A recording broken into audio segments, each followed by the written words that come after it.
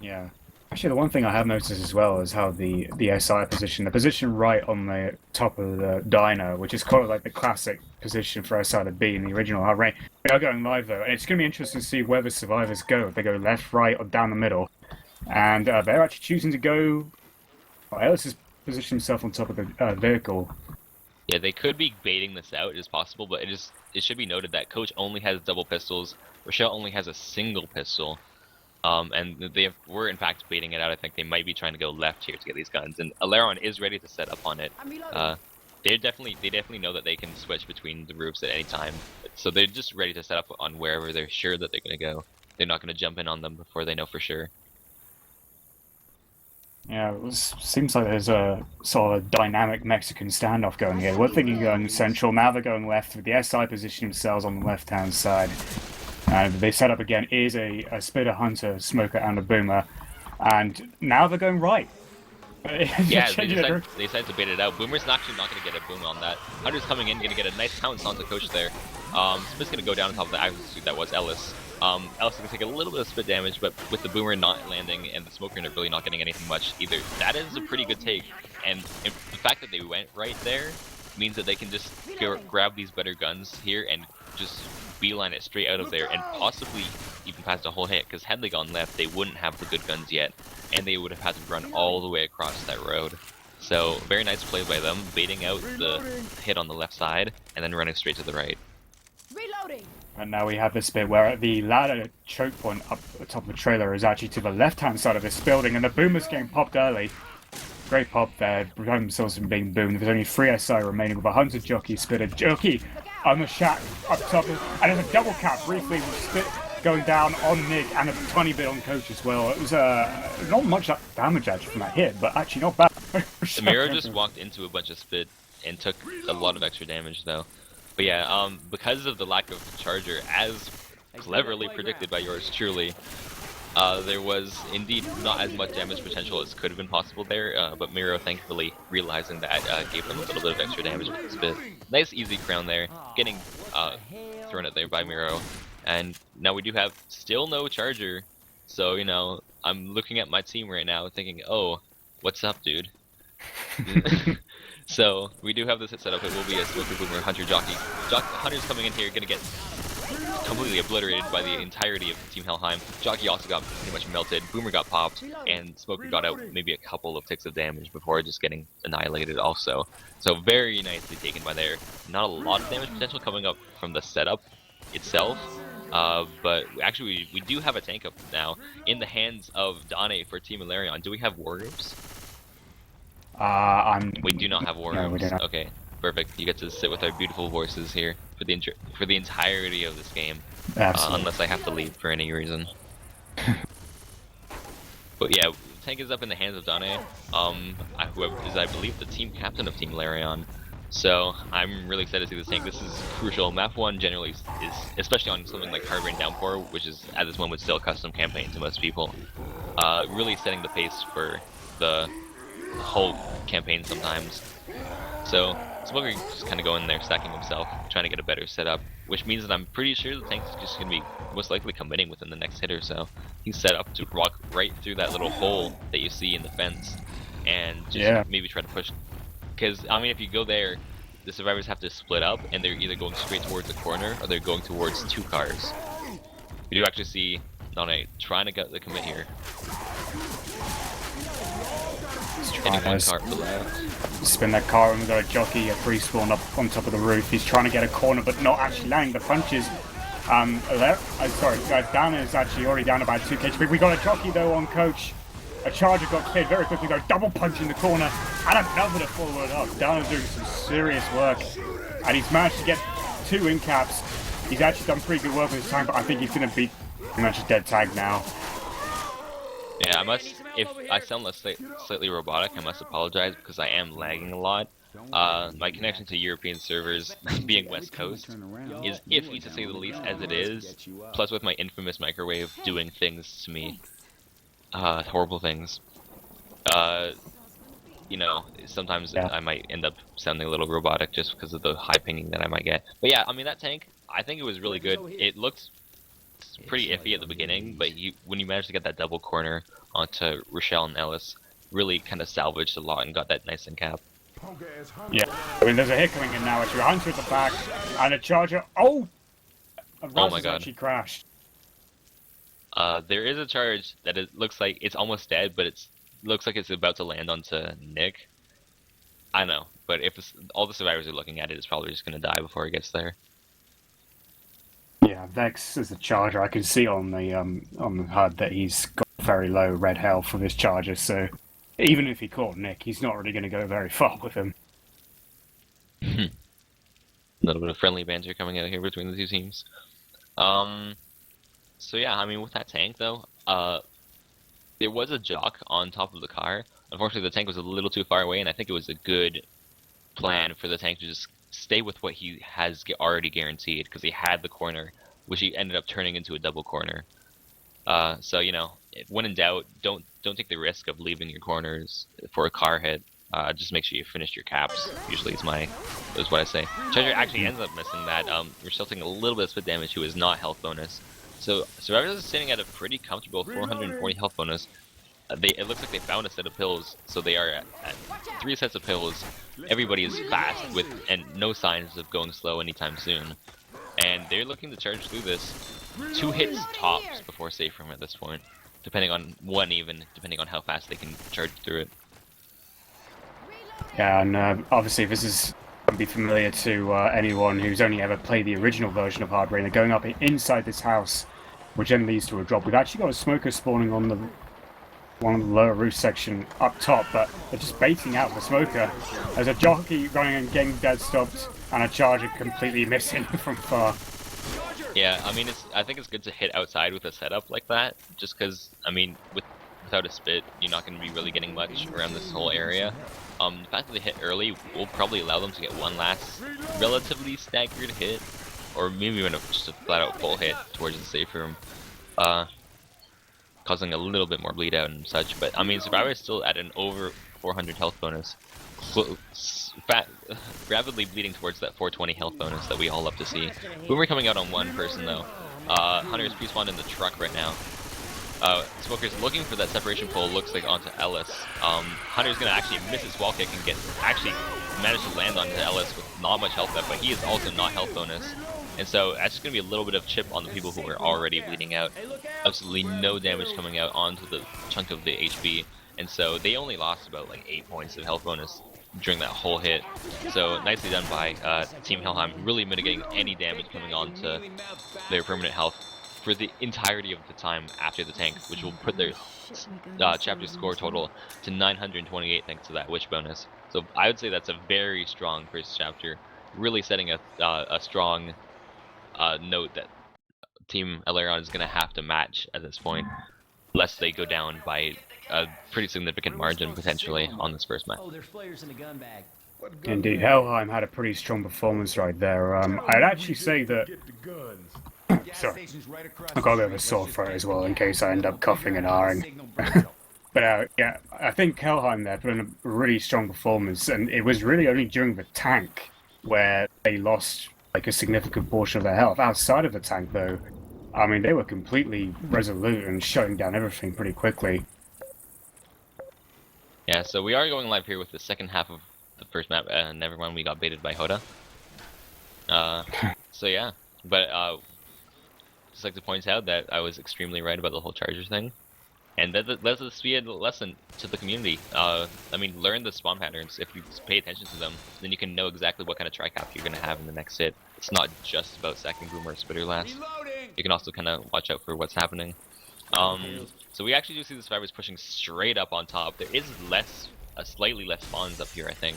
So yeah, I mean, SI are looking to set up, I think, in the grocery store now, just because of how quickly Alerion took it. I don't think they were quite ready for it.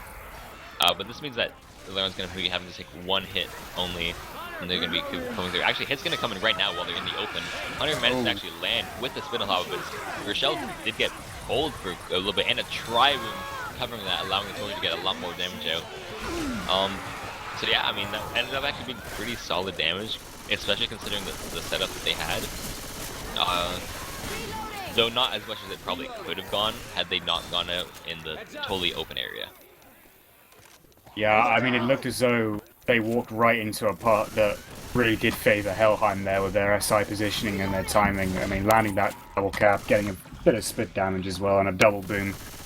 Really got a nice spread there for a first opening hit. Yep, there is a Hunter pre-spawn behind the fence right now. Boomer's gonna try to rock down and get kind of deja vu pop, just like we saw the other time. Ski coming out onto Vex by Hoda. 3 shots, that is pretty much just plain headshots coming out by the Uzi of Hoda, I guess. So yeah, very nice. That's on the other team. I think it was actually Vex who skied him. Oh, was it? Oh, yeah. Okay. So it was Vex. Very nice ski by him. Razar coming up to the wedge, probably gonna get an easy crown. Not expecting to see any witch fails without any SI support on it this game, just based on the high skill level of both of these teams. We do have another hit set up. There is a charger, which means that they did get the sack order on the second hit relatively right. But yeah, no spitter to help it out though. So, I mean, they're going to be just searching for a lot of separation on this next hit, which is not easy to get in an area like this. Boomer spawning up way behind, most likely going to get popped. Treasure's going to actually miss. Hunter's going to get skeeted by the team of Alerion, and Boomer actually managed to get the sneaky one boom out, going to delay the servers a little bit as they spawn this tank up. Hey, look out! Yeah, I mean, they've actually... Alerion are actually sort of replicating the performance here from Helheim's Survivor round as well. They've shown down the attacks reasonably well. The first one was a little bit slow to respond because of a great attack. But so far it's sort of like trading blow for blow equally. And we have Thug Life now, who's got control of this map 1 tank for Helheim. Yeah, if you do not know, Thug Life has made a bunch of... Oh, actually, nice 17 damage pounce going out there by Vex onto Miro. Yeah, Thug Life has made a bunch of pretty impressive frag videos in the past. Wondering if he can live up to the name that he sets himself up with those videos. So as it has been said, we do not have war rooms for this cast today, so you'll have to put up with us for a little bit. Thug Life is putting in all his cars. I'm not sure where that one went. It's into the stratosphere, it looks like. That one went between the houses. It's in I'm not sure if it's in a great position unless he's able to fit the car in between that gap in the fence. I don't know. doubt it, but it actually kind of limits the movement of Team Alerion there. They can't really push out. Tank is actually committing here, straight down the middle. Throw a jump rock, trying to get an early corner out. Actually going to find it onto Coach, who does get one boom. This is going to be an in-cap onto Coach, so the tank is getting absolutely railed by the Uzis. Coach does go down though, so he will be able to focus on somebody else. Landing a nice rock onto Nick. Charger did miss though, and I think it looks like the jockey got shut down too. So with that rock not landing, this is going to be a dead tank, and that's going to be 1 in cap, which is only half of what Team Helheim took on that tank. So very nicely done by Team Alerion, shutting down that tank, only letting 1 in cap come out. Yeah, it's an interesting take actually. It looked as though Thug Life was pretty clear and direct with who he wanted to corner, targeting Vex, who only needed like a punch or two less than the others to down. I think it was just actually the jockey did cause a bit of a distraction, but the charger completely missed, and if it landed, that would have maybe allowed Thug Life a chance to get some more damage, and the boomer just got popped there. Clean pop, no one got boomed. Spitter, Charger, and Smoke are remaining. They're all trying from the roof, and the Charger tried rocketing in, but caught a step and bounced off the roof again. Yeah, I mean, again, really nothing coming out of that hit. I mean, so far it's been pretty much identical plays from both teams so far in the 7 rounds, minus the double in cap that came out of the tank. They're sitting at a very similar position, but only on the other side, one of their survivors does have still next to full HP, and they're sitting at an amazing 624 health bonus. If they're somehow able to make the chapter with this kind of health bonus, it'll definitely put quite a bit of pressure onto Team Helheim to have to start matching it. I mean, I thought that Helheim's Survivor play was really great, but the fact that they're going to have to even step it up even more to match Alerion is just really impressive. Reloading. Yeah, I think it's getting into that bit where there's the team play versus the strong individual plays. Well, there's a Hunter trying to come in, Spoko grabbing on Coach, who wasn't the bonus though, he was the tampon for the team. A boom also going on in for a proxy. That's pretty much played it beautifully into Alerion's hands, that particular attack. Yeah, Hunter looked like I had a little bit of trouble wall kicking in that closet there, trying to get a separation, but I think it would have been onto Coach anyway. So even if a spit went down on top of that, I don't think it would have been resulting in a ton of damage. Survivors might actually be able to walk straight into the safe room here without the hit being able to do much about it. Hunter's trying to get in there to do something, so is Jockey. Hunter also getting skeeted. Charger getting mowed down by the Uzis, and the Jockey also getting skeeted. Amazing shutdowns coming out by Alerion. They're not letting anything land. You know, Hunter is just getting absolutely shut down. You know, Charger's getting melted before they have even a chance of landing, and Jockey's getting M2'd and pushed around into their oblivion, which will put the survivor score for Team Alerion for this map of Hard Rain Downpour. Map 1 will be 1132, and any score over 1000 is really impressive, especially against a team such as Helheim's. Nicely done for Alerion. Absolutely, this is a close game and a top-notch game going on as well. Brilliant opening chapter for both teams, obviously, but Alerion hold a slight advantage. We've still got another 4 maps to go, though, and I can already imagine how it's going to pan out over the next few maps. Maybe Helheim are going to be pushed up a bit now to actually really tunnel on their A game and crank out a little extra performance, or maybe Alerion will be able to defend it solidly and rigidly as well. So really fascinated to see what turns out.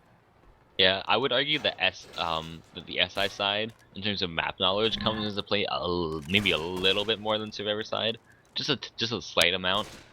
So if the Survivor sides are extra strong here, and the SI don't quite know exactly where all the ideal spawns are and what to be doing during all the tank fights and whatnot, you know, just little tiny minute things that make a big difference.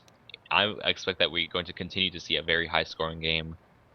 And the difference will be made by that little bit of health bonus that one team can get.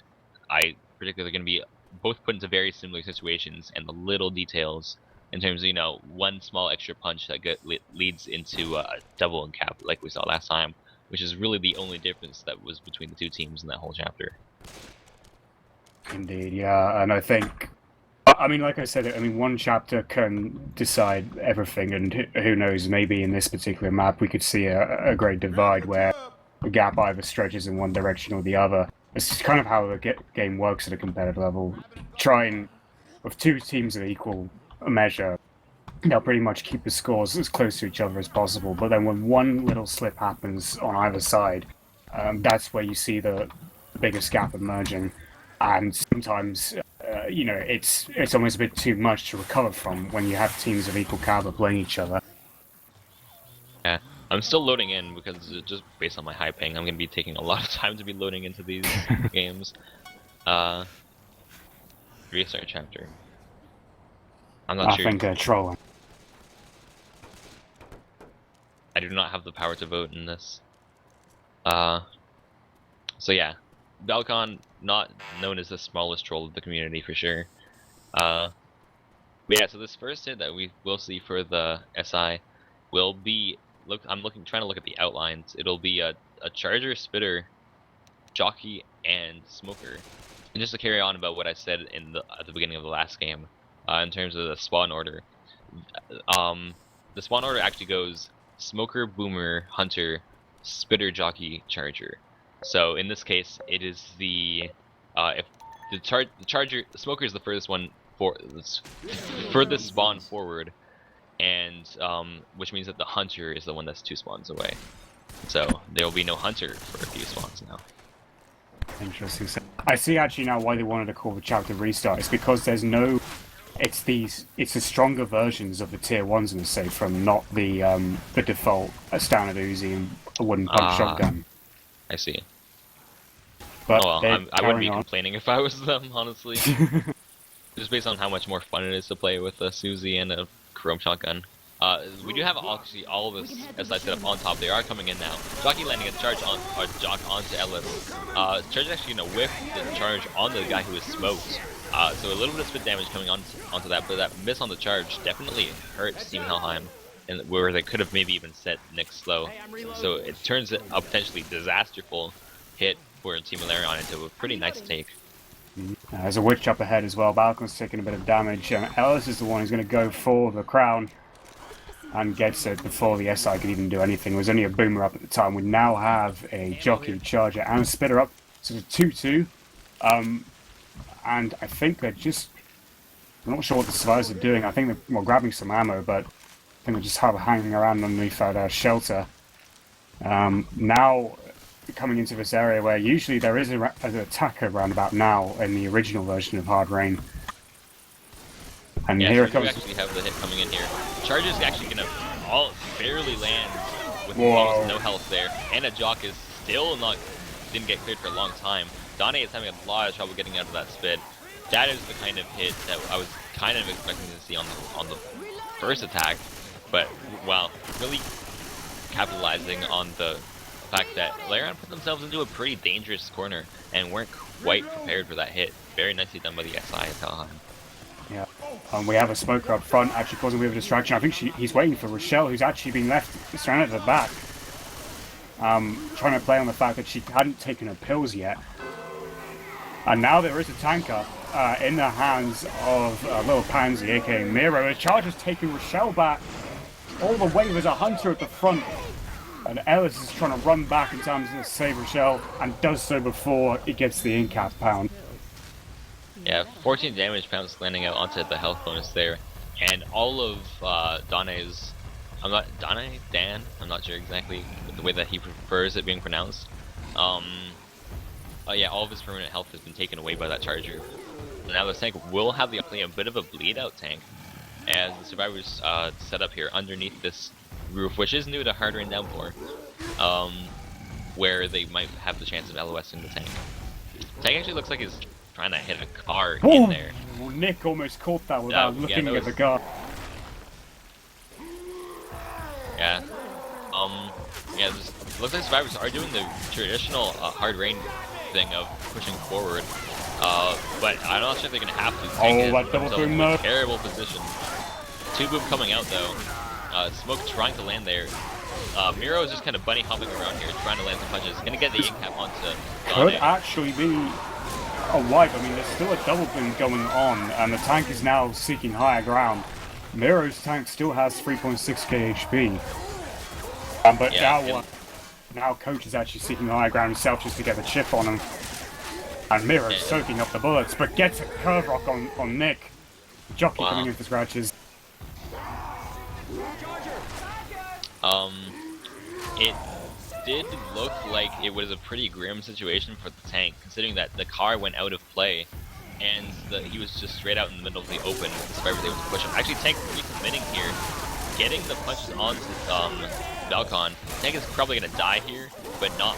Oh my god, he gets out with 13 HP. Of course. Getting that in-cap onto Balcon, sending him into his first in-cap.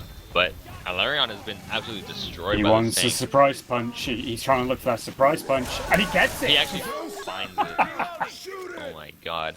So a very nice tank coming out for Team Helheim by Miro there.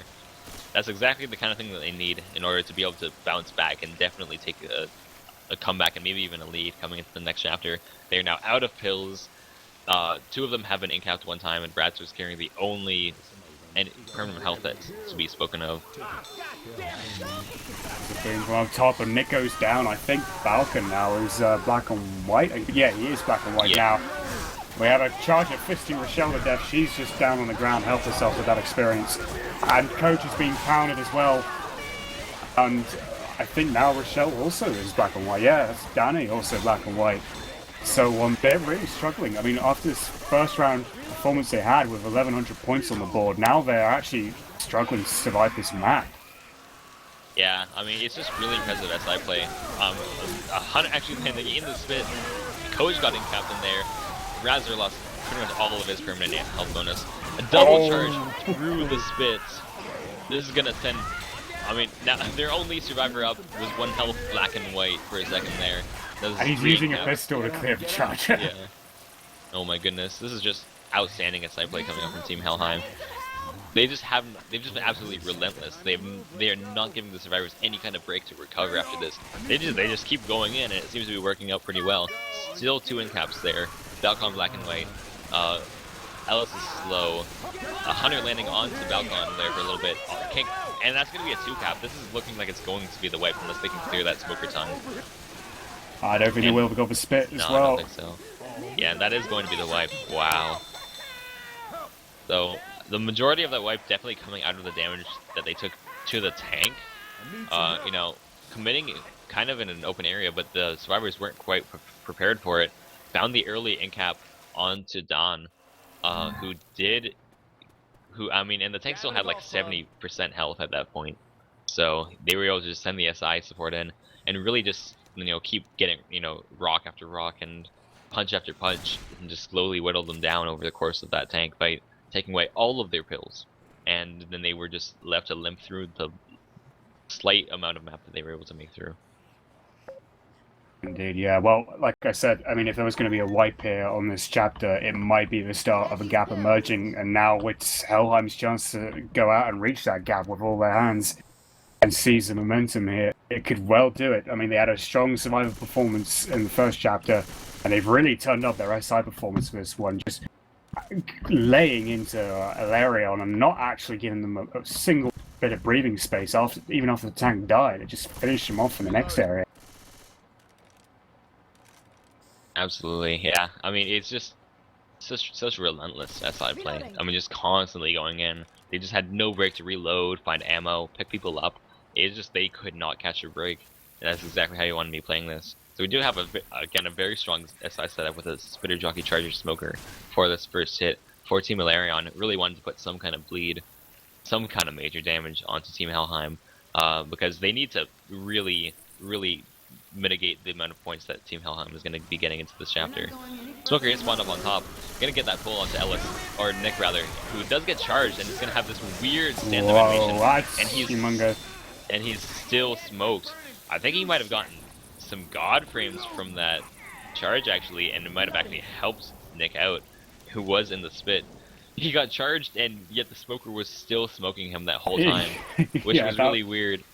And I think that kind of mitigated the amount of damage that he took because of that. That was that was definitely odd. But we do have a witch up here, on this gravel pile. Ellis, who is in the front, looks like he does have a shotgun, ready to take that crown. But the smoker is set up to try to intercept it. If he misses this, he's at 100 health right now. If he misses this, or the smoker does something to intercept it, that could be huge, and that's exactly the kind of damage that they want on Team Helheim in order to play a similar bleed tank to what Miro played. Indeed, although the interesting thing is, though, is they've paused because Danny actually crashed, and I can't see who the smoker is. Actually, it's not Danny, because Danny still had like 4 seconds on his spawn time and to go.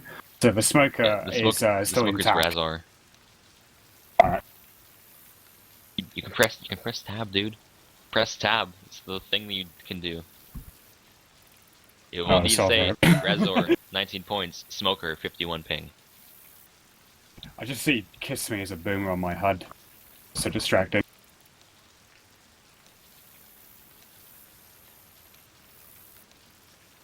And one or two jokes we're throwing with Hib apparently going to sub in place of Danny crashing, but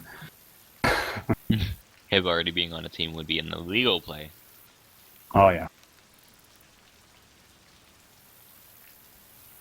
King Hector, absolutely. So yeah, I mean, this next hit could really actually kind of dictate the way that the tank goes, unless they get some kind of crazy miracle BS going on with a car or something like that. It is really hard to do a lot of damage in this area. Difficult to find corners. They can jump over the boxes and stuff, over the over top of the fences and stuff and whatnot. And I mean, as much in a situation that Team Alerion was in, I thought that they were going to kind of shut down the tank for the most part, but Team Helheim really putting on a ton of damage there, salvaging it big time. But as I said, the reason I wasn't expecting a whole lot is because it's pretty difficult to get a whole lot with this tank here. So, interested to see the way that Alerion's going to play it. They have to try to match that kind of damage, or else Team Helheim's going to be in a brilliant position coming into this into the rest of the chapter. And Alice going to the far left, actually keeping his distance away from the witch. They're trying to circle around and pick out the smoker from afar if they can. And got the charger and the spitter also positioned on the roof. They're just being very careful, really sticking to the outside the limit where the walls are. And the smokers just try to seek refuge behind that pipe. Yeah, I think they'd be able to rotate enough in order to pick this smoker, and it looks like that's what they're gonna try to do, which would make for, I think, a relatively easy draw crown afterwards. Yeah, they are gonna find the pick on the smoker. It looks like taking a lot of chip, and smoker does go down. 3 spawns up, and none of them are really gonna be that amazing at intercepting a witch. Hotter wants this witch crown is going to go for it and gets it. And I don't think the SI even bothered. They kind of knew it was a foregone conclusion with that witch getting the crown. Yeah, better try to get a charge spin here, just like they Team Alerion or Team Helheim got, and they actually are gonna find it. Spit not having ideal spread there and there, but Miro is gonna take a solid amount of damage there. It's not quite as drastic as the amount of damage that Alerion took from that small corner, but definitely worth not trying to go for that 1 in a million chance at getting the witch intercept there, and instead getting relatively guaranteed damage with that charge spit. Nice play by them. Yeah, now the tank is up in the hands of Vex, and we got a tri-cap actually coming out here with a jockey, Hunter, and a smoker. Smoker and jockey both landing. Hunter getting dead stopped and shut down. And smoker getting another pull on Nick, who is going to be running slow. Yeah, it may say there that there wasn't really a ski, but the Hunter was just pouncing into the ground and got sliced. So I mean, we'll give him credit though. We'll say, hey, chalk that one up as a melee ski.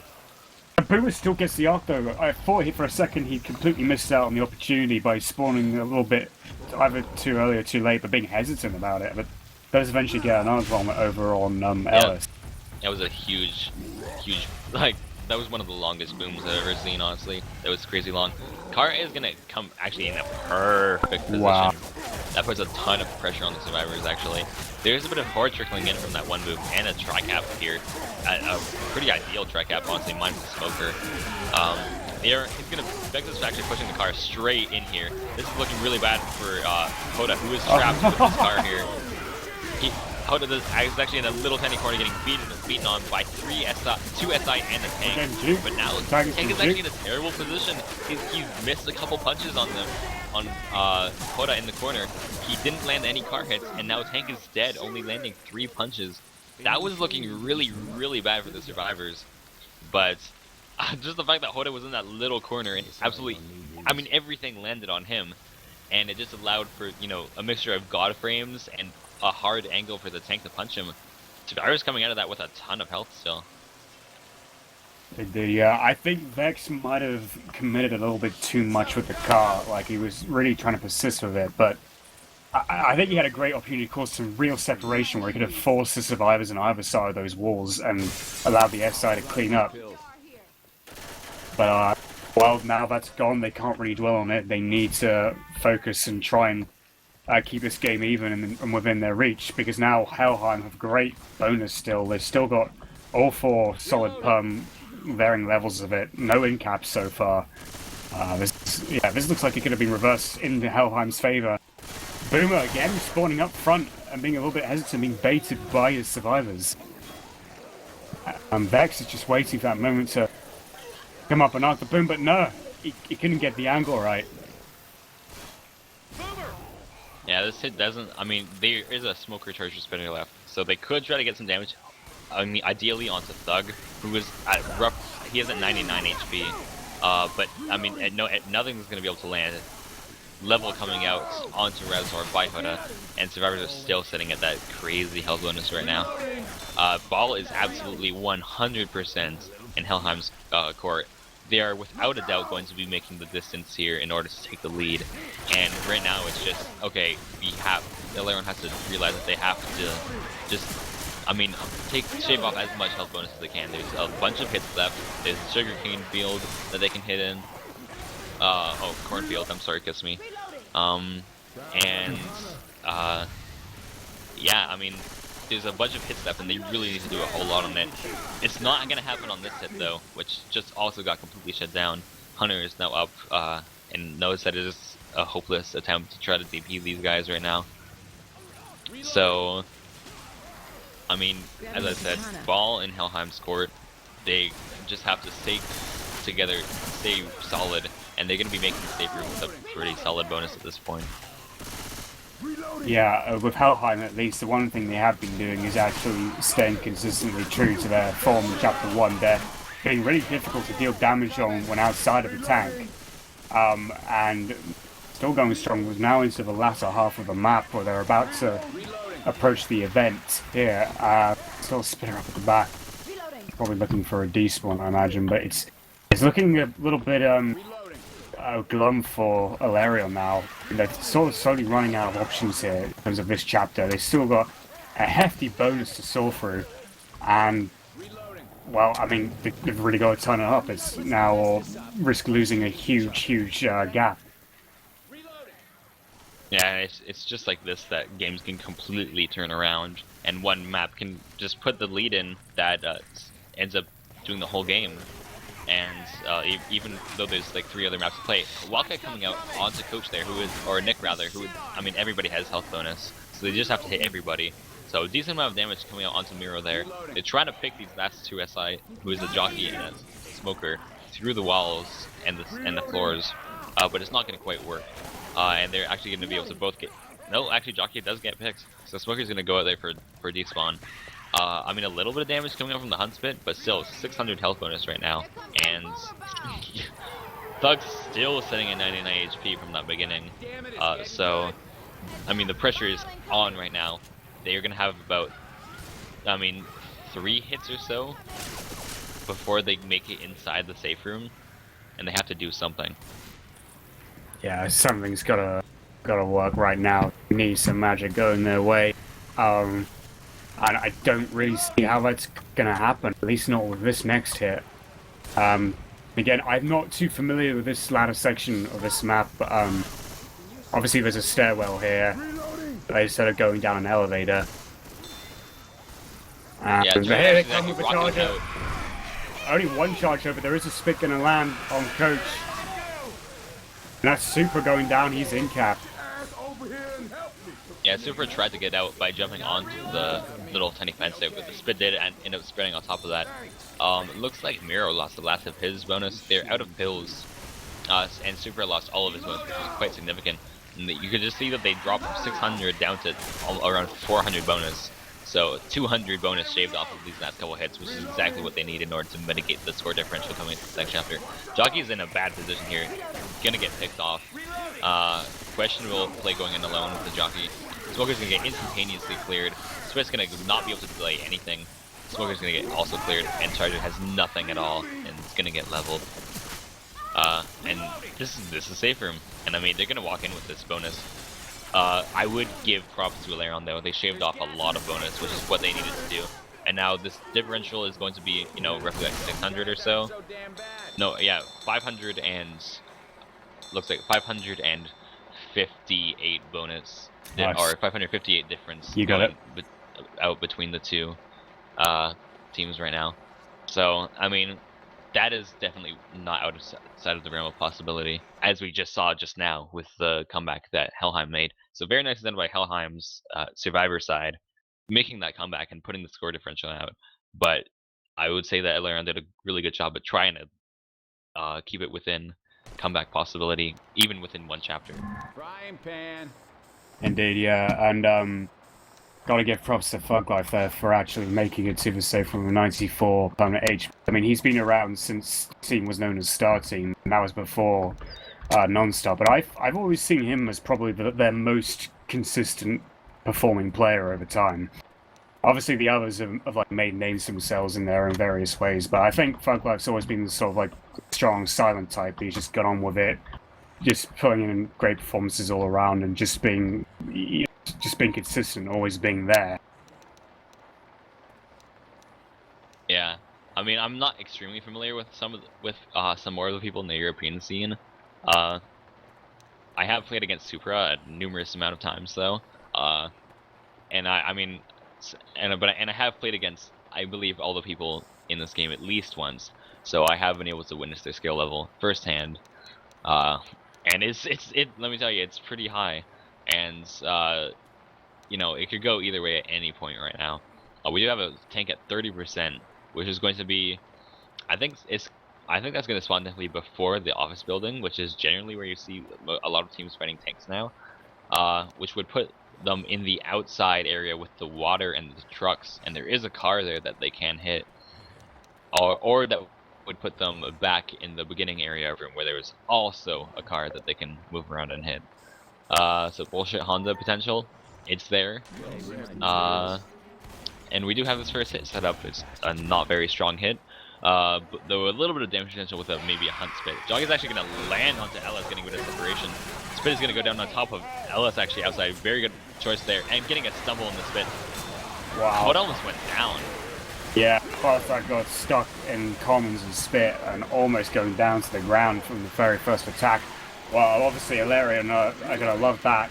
That's exactly the type of damage he needs to be laying down, coming back from a 550 so point deficit, and there's another pause out. Don't know what that's about, but yeah, Hota actually paused the game. I wonder if that's got something related to with his taking a lot of damage in the first hit. Yeah, so I mean, as much as I said that hit didn't have a huge amount of damage potential, when you have high level teams, they can make the most out of absolutely any setup. And I mean, I think Hoda a little bit getting a little bit too cocky, going out and getting Jocked alone. The Charger does miss here in this hit though. Hunter is going to get skeeted, or I guess dead stopped actually, and Jockey got shut down. Spit goes out on nothing. That is more akin to the shutdowns that we've been seeing by Helheim over the last couple of chapters. Reloading. And not this crazy amount of damage that came off of a jockey and a spitter and a boomer pop on top of it. So I'm just checking the current percentage.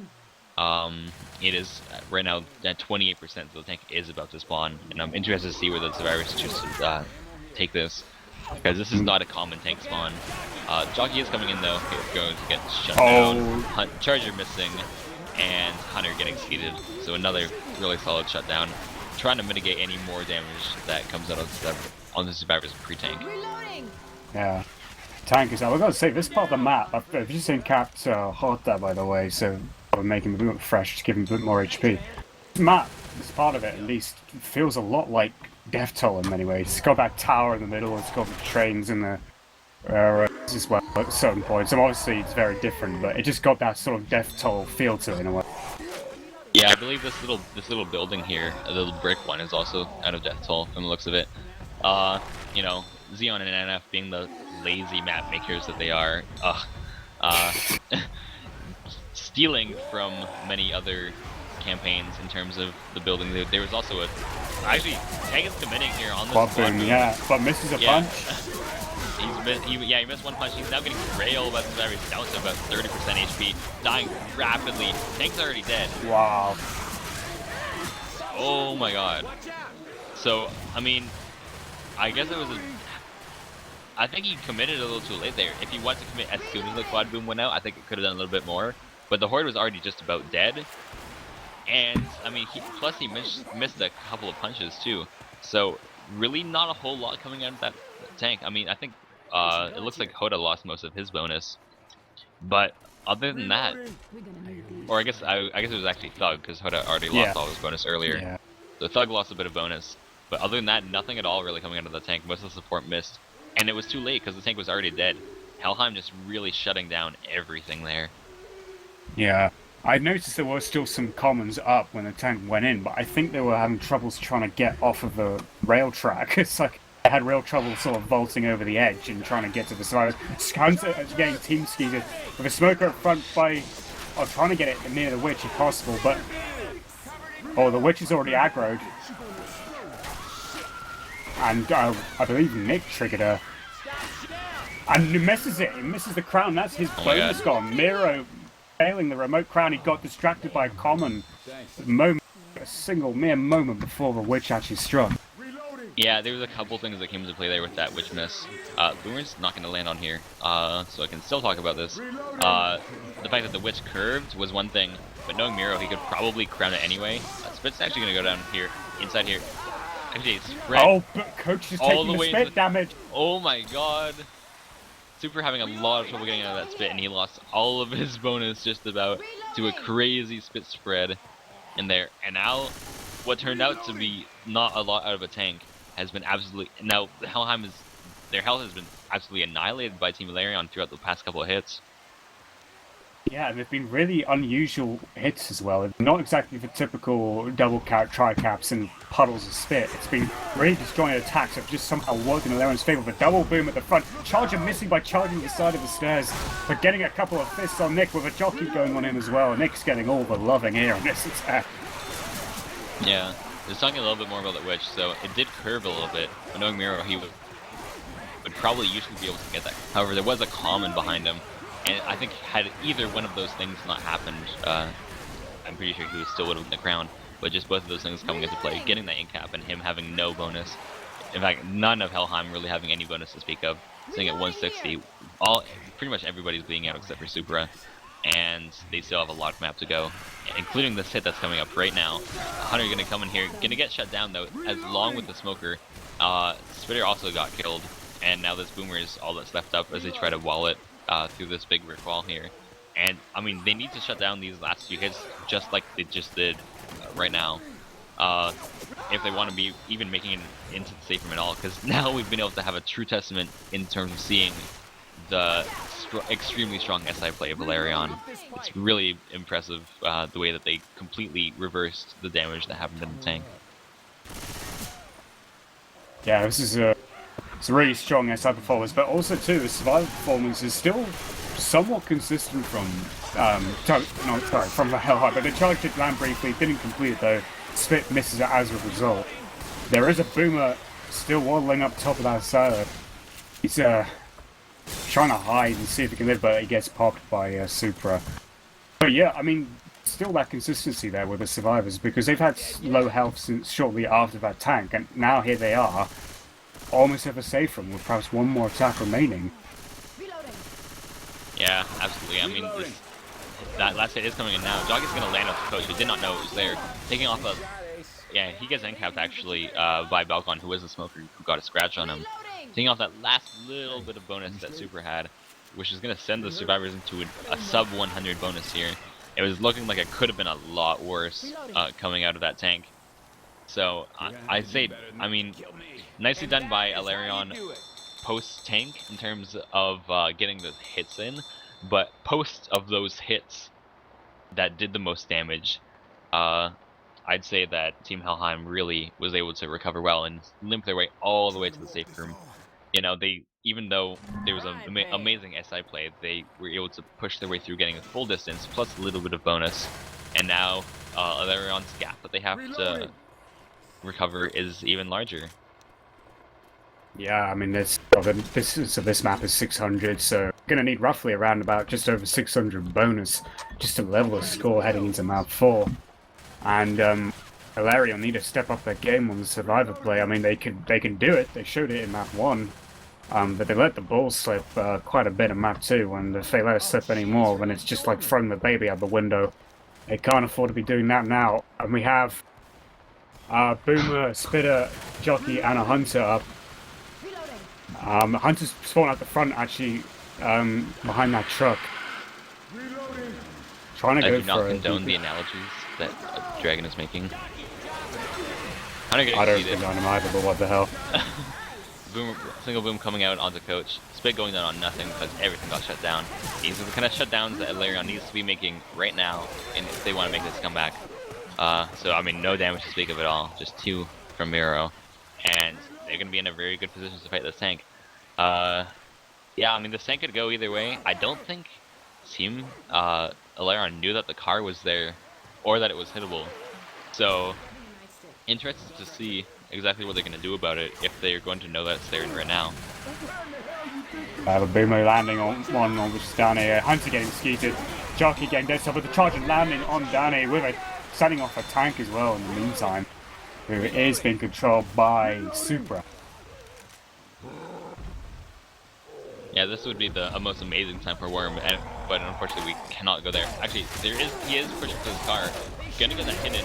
It's gonna actually kind of separate the survivors a little bit. They are gonna push on Super right now, who is in a pretty iffy position, taking already almost 1k damage in chip, trying to get this crazy car hit.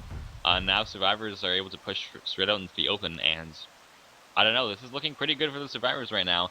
unless Super can get the car into a really nice position, push forward to the top of the office buildings. I don't think there would be much that Super would be able to do about it.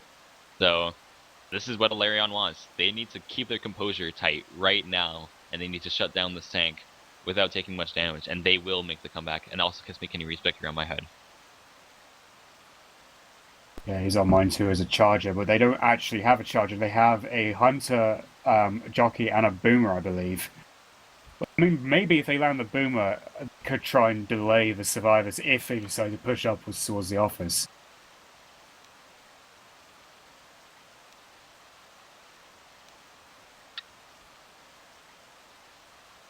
Alright, so I honestly don't think that either team really knew that that car was there or that it was hittable. Otherwise, I don't think that Team Helheim would have taken the tank in the spot that they did. Otherwise, I think that Team Alerion as the SI would have gone for the car.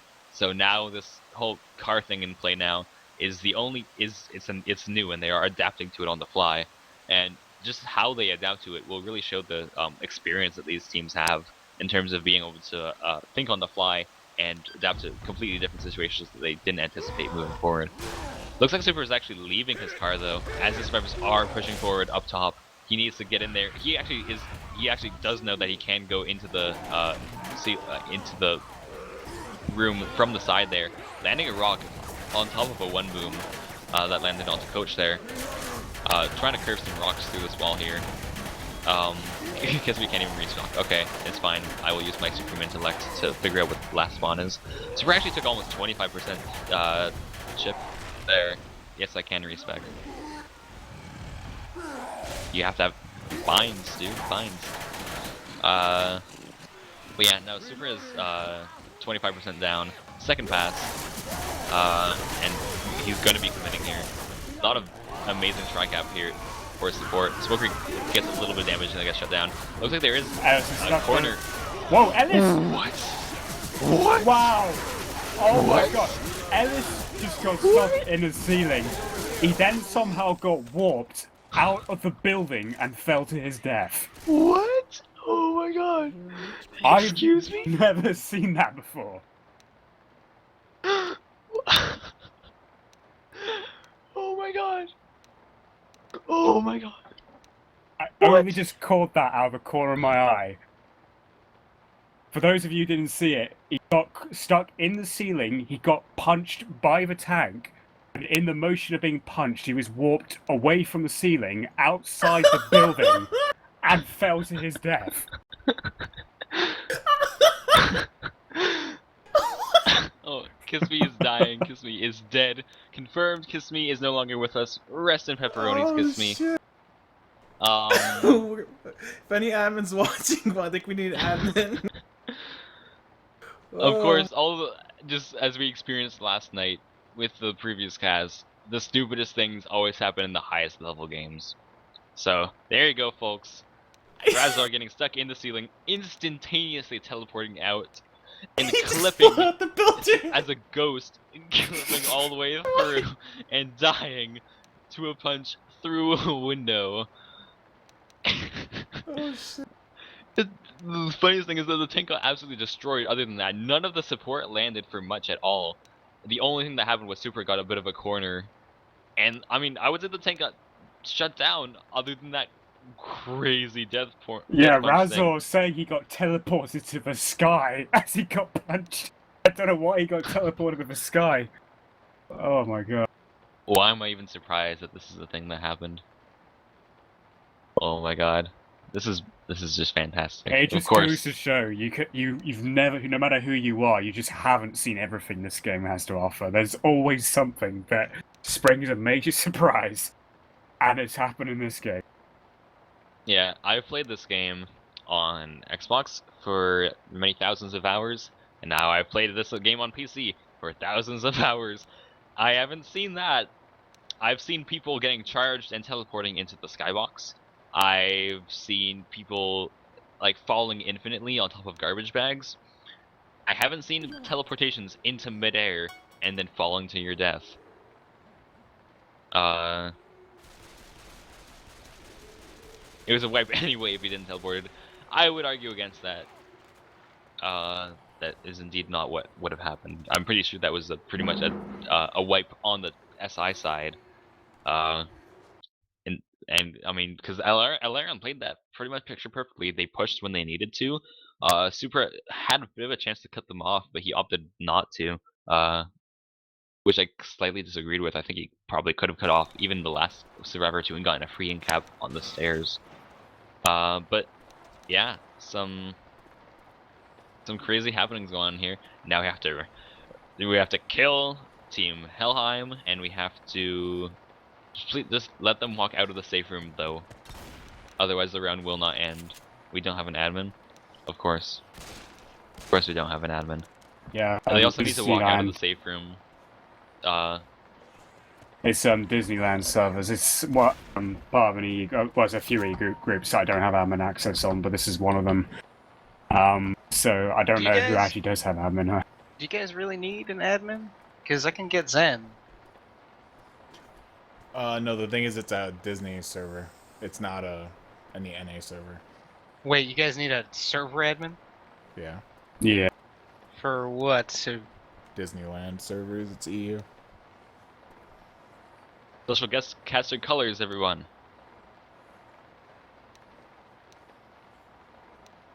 what, they can't reboot it? Or just play it out and then replay the match later on after having spoken to an admin? Need some instant gratification? Hib is suggesting to me in chat, have them friendly fire themselves and then get like 1 point.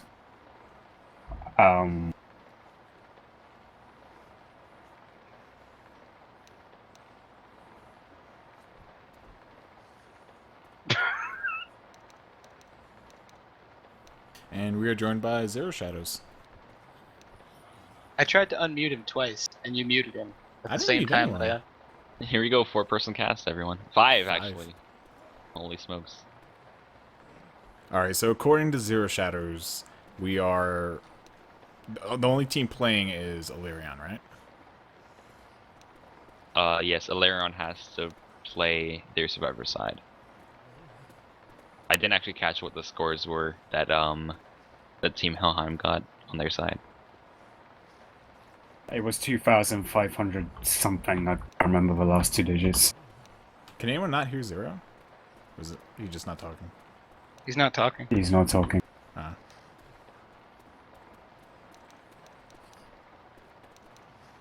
I don't remember what Helheim's score was, though. I don't even know if they typed it.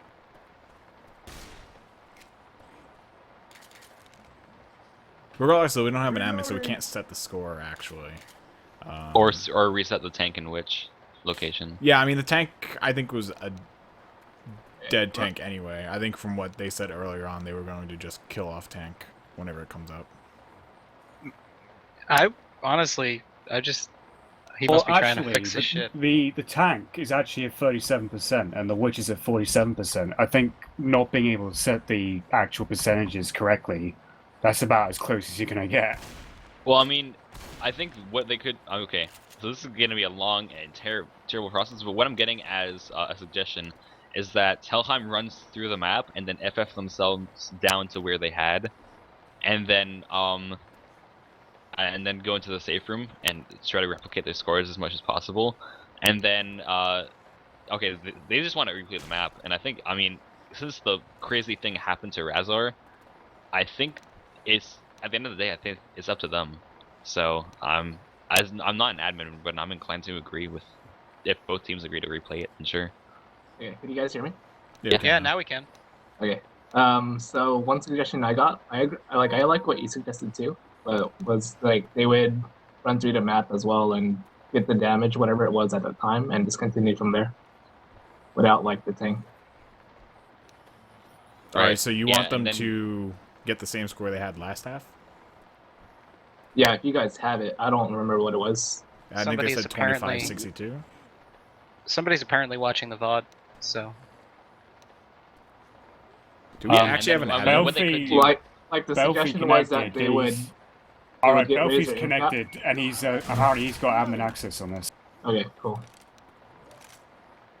I love him. Yeah, what they also could do if they couldn't reset the tank scores, what they could do is they could just like run the tank back to the outside where it spawned, and just have the tank keep LOS that whole time. And then they just carry off from there as if the tank spawned at 30%. Although this is such a complicated thing, and thank God we have an admin now that we can sort this out. Like the thing I also want to try to preserve was that they played that tank really well. So if we can like the suggestion would be that they would just in-cap Razor, I believe, who was the one that was hit by a tank, instead of like them playing again and like possibly getting a wipe at this tank. You know, that's a good argument. All right, so I think what you could do is the player limit? Is there a player limit put on the server right now? Because otherwise, Zero, you could just join and then explain what you want to happen. Sure.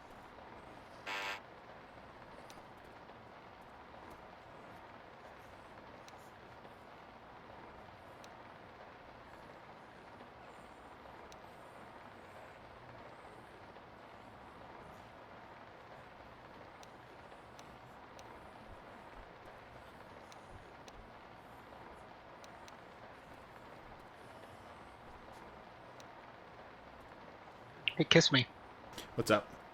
Does this remind you of that time fucking, was it Team Shark Week on Swamp Fever? Fucking, like, trolled the whole cast and just stood out in the middle of the fucking swamp? Oh, I remember that. You remember oh my God, I this? got Caster. Yes!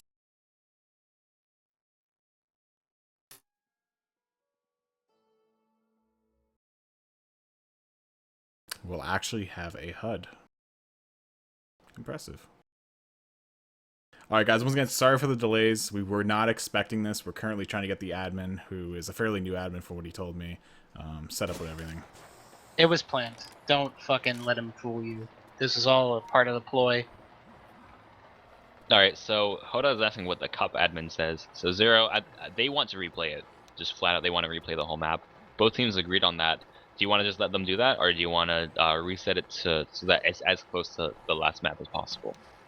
I think his opinion was probably based on trying to make it the most equitable experience for everybody. But if they just say restart it, I imagine that he's not going to argue. Was he going to Fig Newton it and just say, no, you have to play it the way I said, otherwise fuck you?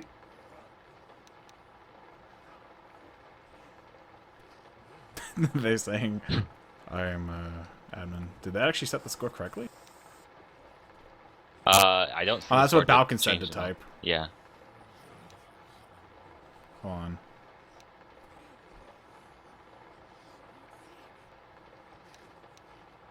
I don't know if it works on this server, but there are, I know on Bison servers, there are commands where you can actually manually set the tank and which percentages if you wanted to. I'm pretty sure it's actually part of Pro Mod.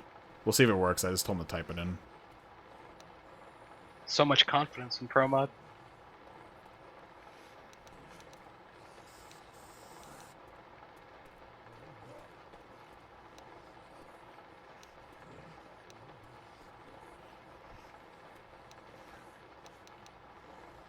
Kiss me, do you use my subscription money to buy hair loss cream? Yeah. Also, just for men, because I'm going gray from you. Well, I try.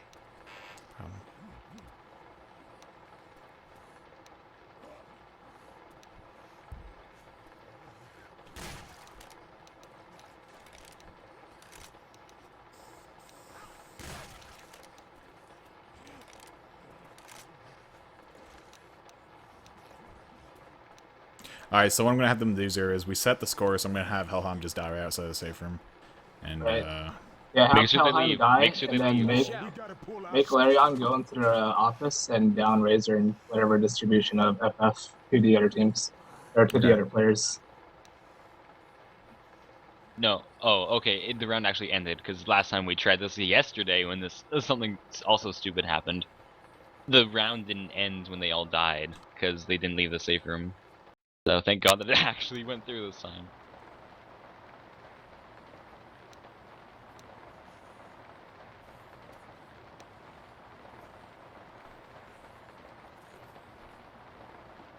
This is a bit of an odd solution. The fact that we even have to do any of these stupid things is just a testament to how crazy and whack this game is. So It's like reenacting a certain chapter for theatrical play, doesn't it? When you're being told to, Yeah. go upstairs, die, carry on as free, all this sort Put of the thing red going. jewel in the tiger's eye in the bookshelf behind. Resident Evil 1, yeah. Yeah, exactly, bro. You enter the catacombs and take the torch off the wall. Anyways, fantastic. You guys figured your shit out. Go fuck yourselves. thank you, colors. Thank you very much. Alright, so folks, I think we have this figured out. To the best of our abilities, at least. To the best of our abilities, because you can never really fully figure out this game. This is what I've learned in my years of playing Left 4 Dead. You can never truly figure it out. But yeah, so Team Alerion's gonna go and they're gonna down. They're going to incap Razor in the office building, which is where they fought the tank, and they're going to distribute a little bit of FF to make up for the damage that the survivors took outside of the tank. So they're going to put what Alerion is saying in chat right now is they're going to put FF each other to exactly the health that they said that they had, as well as an incap on Razor, which is what should have happened as Razor got stuck in the ceiling. And he wasn't supposed to actually, contrary to popular belief, he wasn't supposed to actually teleport out and die. He was just supposed to get incapped in the ceiling, and that would have been the end of the tank, because the tank got nothing else on top of that. So as much as this is not a picture-perfect remake of what the chapter was, it is really as close as we could possibly get. And a crash. I tried. I tried to do everything correctly. I really did try. It didn't go. I'm coming back. It's alright, it's a Left 4 Dead 2, Gus. It's That's how okay. it always goes. I'm coming back, though.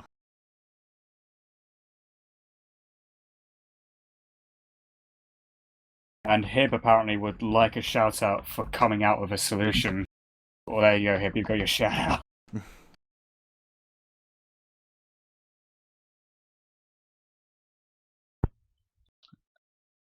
Hib is requesting a shout out for coming up with a solution. Mhm. And I'm not giving it to him. Because I was also thinking of the solution at the same time. Because we're just on the same wavelength, me and Hib right now. So, also there's a cat in my room, and it's not leaving, and it's really distracting my cast right now. Okay. Well, one person left already up, so I'm going to give it back to you guys. Alright, thank you, Kiss Me, and thank you, Zero, for having an equitable and as easy of a solution as possible. Now we're discussing certain figures and the possibility of a trade. Yeah, It almost feels like being in Wall Street. Precise amounts of HB, like small compromises. Just, I'm not sure if the actual 1 or 2 damage is going to be, look, they're discussing 1 or 2 damage. I don't think it's gonna really make the difference. I say just go, put the figures in roughly the same, down Razor, and let's please play this game. Because there's other stuff to do. People have lives to live. Contrary to popular belief, people in the community have lives to live. It is Thanksgiving for us Canadians.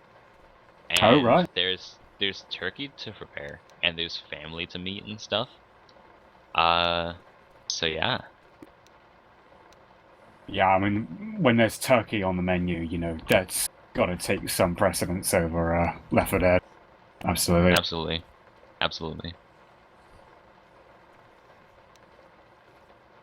And we're just waiting for Miro. He's the only one who has yet to ready up. Seems like there's still a bit of a discussion going on there between both teams about how exactly they're going to arrange this, I'd say this sort of fixed solution to managing the health bonus exactly as it was before Razor's freak death. Yeah, Donne's salt tag oddly fitting for this situation that we're in.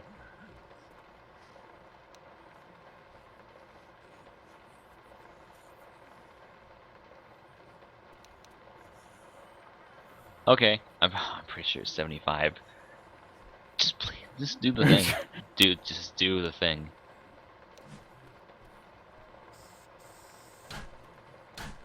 I don't think it really matters so much as long as we're in the 75-80 range for the three of them with Razor and Cap. It's okay now. Now they're going live. We're back on this again, ladies and gentlemen. Alright, so the cast does not officially start until they do all this stupid stuff. I'm just one of them's gonna like fall out of the building or something and incap themselves. Razor's gonna find a way to die somehow again through via teleportation. So yeah. Looks like they are showing off their high-level gameplay though, shutting down all these comments without taking any damage. They're not letting these comments interfere with their game plan now. So nicely done to them. They found a bio bomb though. I'm not sure if that was in the last map. Definitely does not merit a restart or anything just because of a bio bomb. That would just be ridiculous.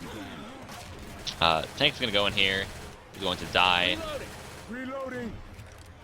So, okay, so apparently, apparently, Hot wants his tank. Thug Life gets another tank. this isn't a real tank though. All he's doing is incapping Razor, and then it's over.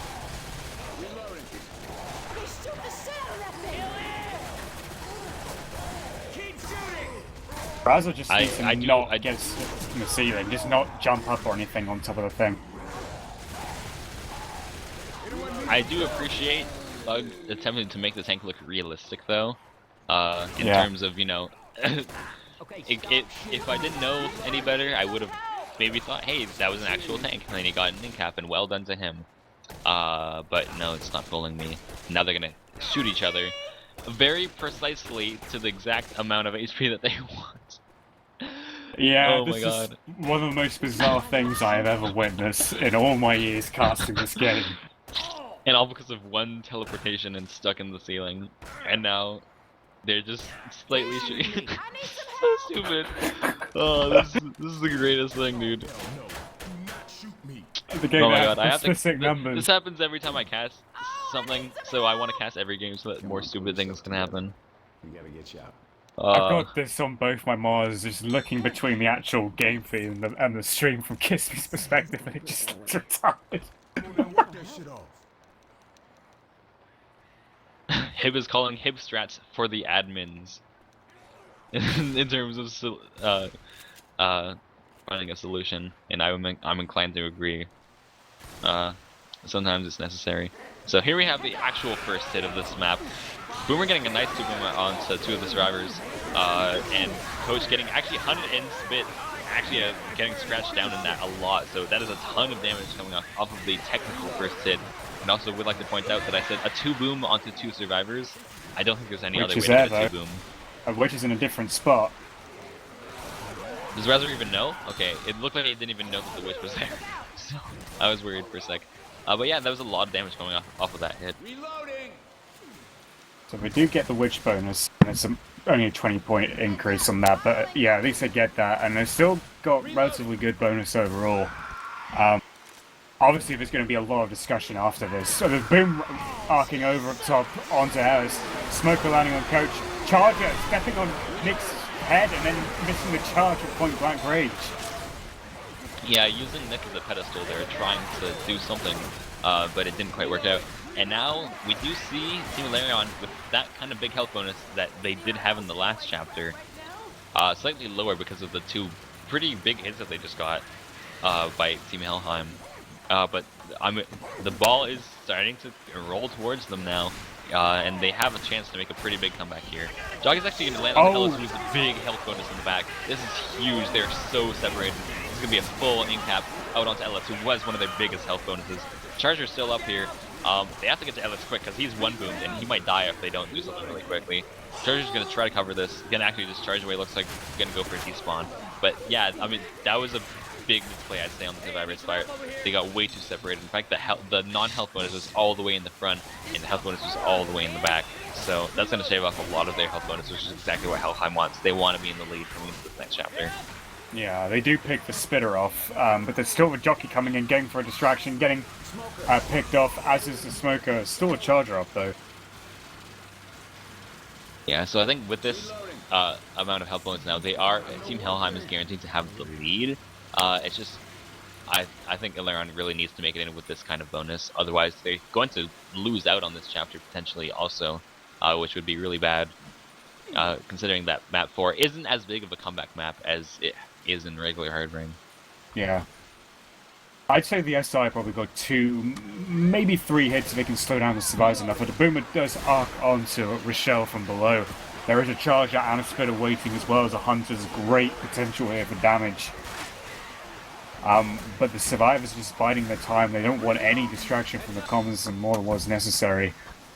And Hunter's coming in, causing distraction, getting dead stopped though by Danny. Only the charge spit remaining. Well, there's a smoker up now. Yeah, that was a big death stop because Dane is holding the vast majority of their health bonus, which they really need to keep right now. Definitely crucial to keep Dane as exactly as much health as he has right now. Smoker trying to get a separation on the back. I'm lagging big time. Can he take over this hit? I can't even follow what's going on. There's so much lag. Yeah, sure. We got a Smoker still spawned up with a Spitter on the opposite side of the silos. There's a Boomer trying to arc him above, missing them completely because the survivors are actually below that level. And the Charger was looking for a spawn. And K3 struggling with his microwave. We got Charger repositioned onto the other roof outside. It's interesting that they decided to take the long way around. This probably will give Helheim an extra attack. I'm surprised that they were doing this with the bonuses at stake, but for some weird reason, that they're actually planning this reasonably well. There's a hunt though on Nick, and he's the bonus with the Charger fisting and the spit in the corner. Oh, Danny's bonus is gone almost.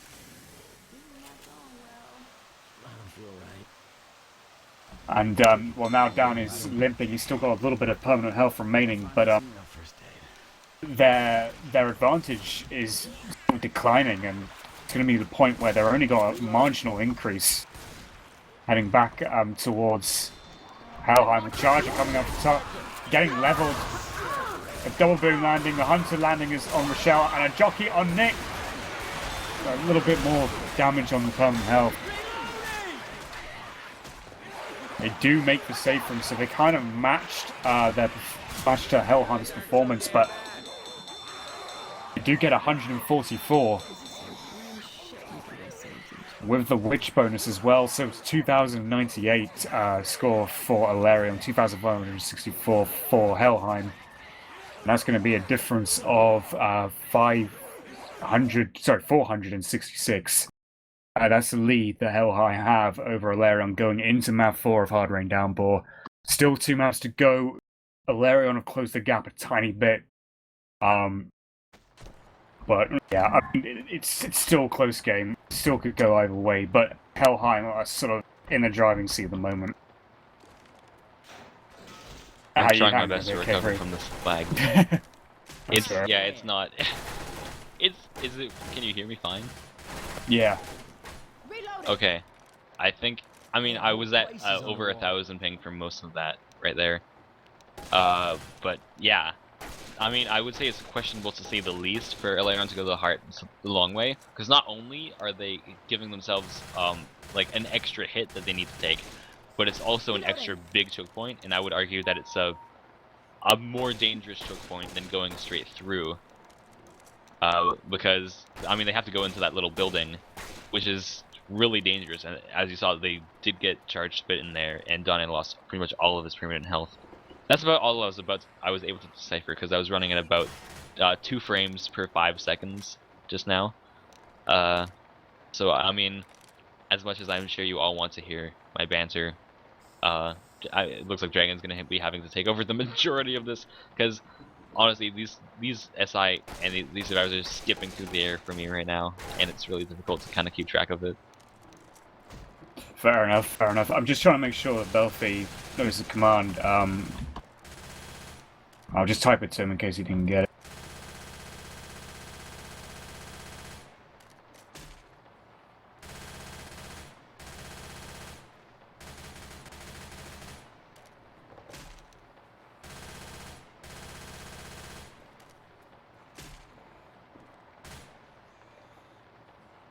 Yeah, I think all he would have to type is bed, and then execution give tank bed, and that would settle it.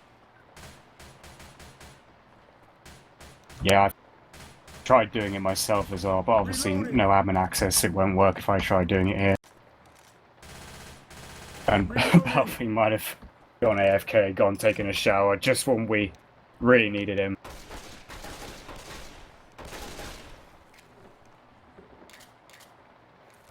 Either that or it's the players spec out constantly until they get the tank they want. Yeah, but that's always in everything, and I want the least amount of possibility for any more screw-ups in this game. I do not want to have to go through any more of this. I just want to sit down. I just want to watch my team play a match that I'm missing currently. Oh, yeah. And help my family make some turkey. This is what I want out of my day. But Left 4 Dead 2, again interfering in my life and not allowing me to do this. If not, they leave game 1 by 1. Oh my god. Can this not be the thing that's happening? I don't want people to have to leave the game and rejoin 1 by 1. Then they're gonna not be able to connect to server or something stupid. It's just gonna be a pain in the ass. We are going live here, however. I think my lag is settled. It's only 800, 1000. It's 900 ping. It's not that bad. I think I can still catch this. All right, so we do have a pretty decent setup of a charger, boomer, jockey, and smoker for this first hit. This is pretty big because they can get a lot of separation in this first area. Survivors are trying to get to all the comments out of here. It looks like they did clear out just about everything. Jockey spawned up in the front. Smoker's actually gonna get a pull, but the charger actually misses the intercept on that and isn't able to clear him away. If I was a charger, I would have just kept punching the guy who was smoked because he wasn't getting cleared super quickly. So a bit of damage coming out of that and a little bit more trickling onto the survivors from the tri-boom that came out. But that could have been a lot more damage had the SI played it a little bit more patiently. Yeah, I mean, Ellis was being pulled and was so ripe for the picking. It took was a charger to go and use his fist, but didn't do so and charged again, charging the wall at point blank and missing completely. And the jockey lands as soon as the tank is triggered, and it's going to be in the hands of Balfa. And let's see, well, Coach is still boomed, or it's just worn off as we speak.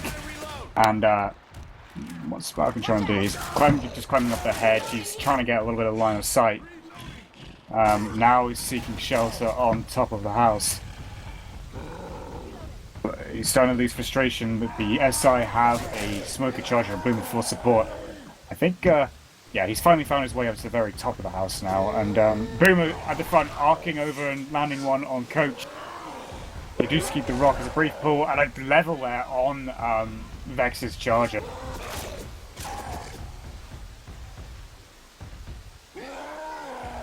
I'm so glad I'm actually not playing my match right now, because I would be getting, like, that rock would have been, like, I would have seen him throwing the rock and then would have taken damage, and that's all that would have happened. So, thank God I'm here and not in that. Although, anyway. Not like a traditional hard rain line of sight, Balka's actually not losing LOS. He's not losing frustration, I should say. I do believe the fog is significantly reduced, so if like in most maps, if the tank can see the survivors whatsoever, even without the fog, he'll be able to keep rage. So, tank is actually sitting at still on first pass, and but the survivors do have a ton of health still. They're gonna need to be able, SI needs to do something right now to take this down. We do have a hit coming in here. There was a nice 2-cap landing, actually doing quite a bit of damage, plus a punch by the charger. It was almost a tri-cap actually. Tank was not able to get a rock off of it though. So I mean, good job by them to get some damage, but they need to get something for the tank. It looks actually they're gonna push back here, and Balkan is trying to. I think he was originally gonna go for his car, but Survivors decided to push back on him, which I think is a smart decision. He is actually going for his car right now. Survivors, I think, looking to maybe push forward in the map. No, they're actually gonna stay around the band. Tank is in a bad position. Yeah, they tricked him. Oh, we've got the car though on the shell. Gets pulled. And a punch over the wall with some real separation here about What? Falcon's tank causing some real mayhem. He's low on health, but as a jockey on Nick, who's now being pounced by the hunter. Miro's dead. Miro's dead. Dog is Fuck dead. Life's gonna die. That's 2 deaths. That's 2 deaths. This is a wipe. That's it. This is a wipe. That just goes to show you how quickly nothing can turn into everything. That looked like it was going to be terrible for the tank. Tank was in a bad position. Car was not in an easy position, but Doug was by himself and he got smoked. There's the 2 cap and the wipe getting secured on Team Helheim. This is the perfect opportunity, exactly what Team Alerion needs in order to make this comeback, and that's generally outstanding SI performance by them. So yeah, we did see a few oddities there. A crazy car hit going on top of that smoke that happened on Doug. I think he was a little bit too separated. He should have probably stayed closer to the van where he could juke the car better. But then Ellis, or I guess it was actually Nick, who was Miro, got punched over the fence and could not shut down the 2 SI that went after him. And that hunter, the second that hunter came onto him, I knew that he was dead. And they weren't able to clear that smoker. And I mean, yeah, it was just they turned that terrible position, in my opinion, into a wipe. But I wouldn't even say it was a fluke. It was just a good car hit, and I guess a little bit of bad luck to go over the fence. I have to be honest though, I was kind of wondering what Fuglife was doing over there, and he seemed really overconfident when the car was approaching in his direction. It's almost like he didn't want to move. But nevertheless, the smoker had his sights on him or anyway, so it was surprising how that first car happened. But, I mean, obviously, that's not something Alerion have to worry about. That's exactly the result they wanted, and they will happily take it. And now they've got their Survivor round to go. This is their chance to set a foot back in the match and take the lead. Town's flooded. Yeah.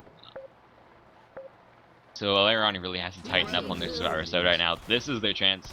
I think they're probably going to end up playing the tank in the same area as Team Helheim did. But they can't get separated like that.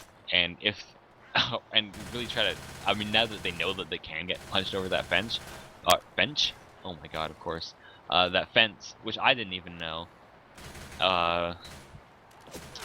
you know, I think they're going to try to avoid that fence as much as possible. So, alright, so I do believe Hoda has gotten his tank now. So, we are going to see this round going live. I think everything is now put back to normal, and that everything is resolved, and that this match does not have to have any more interruptions. I say that now. You don't want to jinx yourself. Yeah. It's only a jinx if you believe that it is. Sometimes I haven't believed in it, and then it actually does happen.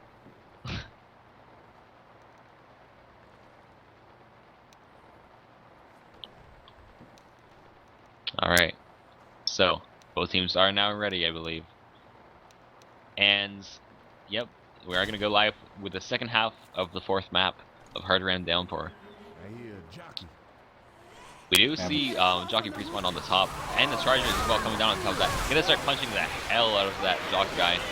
Actually, there was a bit of a smoker that got a bit of separation, and another Tri-Boom, matching the Tri-Boom from the previous half of the round.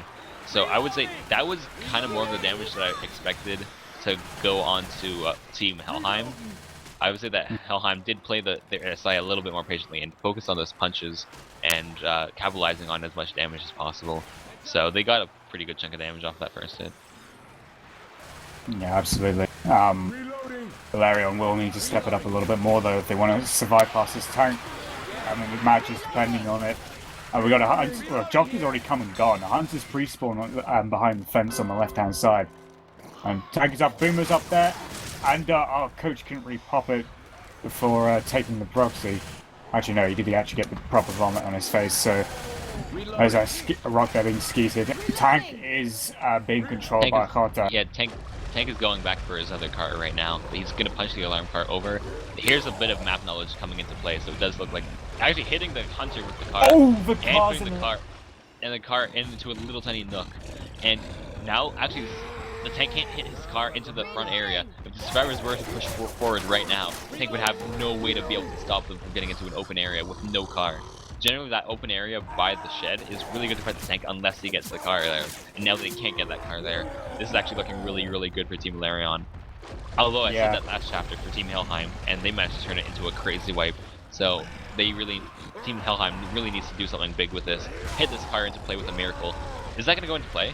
No. No, almost. Yeah, they need some kind of he crazy wants ricochet or his something. car though. He really wants it, and he's not going to be able to get out. But he's got to be careful because he might say the AI, unless there's a ladder He's close to there. AI. He has to push in right now.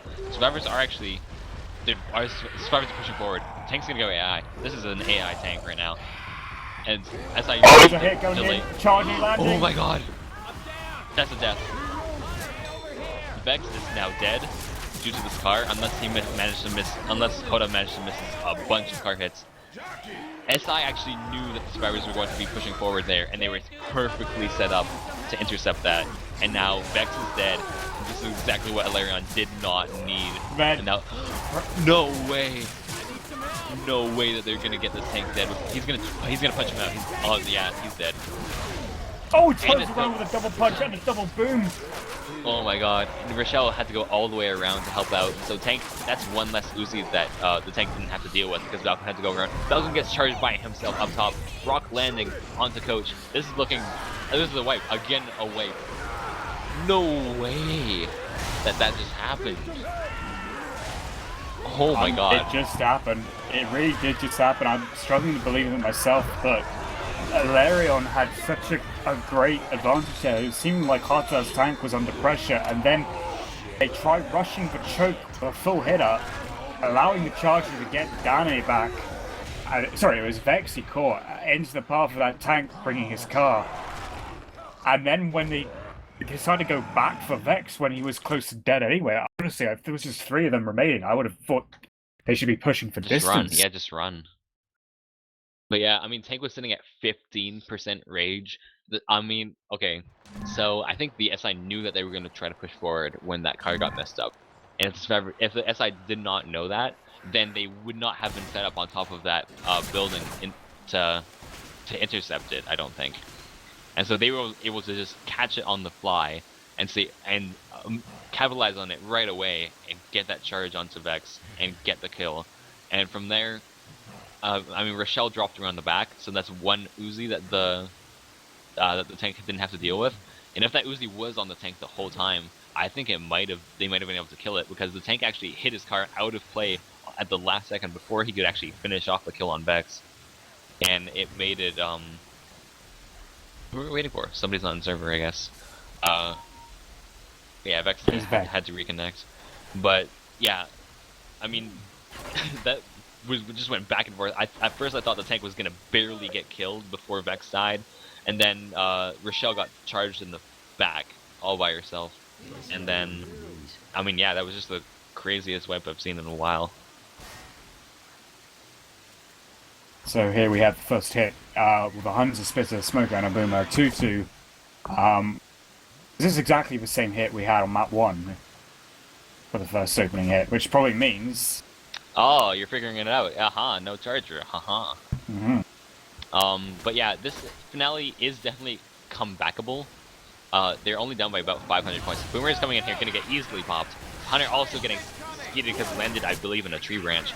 Smoker got a few ticks of damage, but Spitter had nothing to go on top of, and that's gonna spell the end of that hit. Nothing at all coming out of that first hit for Alerion. I like where the witch is actually sitting in her current position. This is a very unusual position for a witch to be in, but she loves a pickup truck. And she's already a little bit... There's 3 positions that the witch can spawn on, and there's one kind of around the garage, if it's early. There's one on top of the truck. That's an easy ground. And then there's one by the, kind of exactly where the survivors climb up on the, when they're going in the beginning. We actually do have another hit coming up here.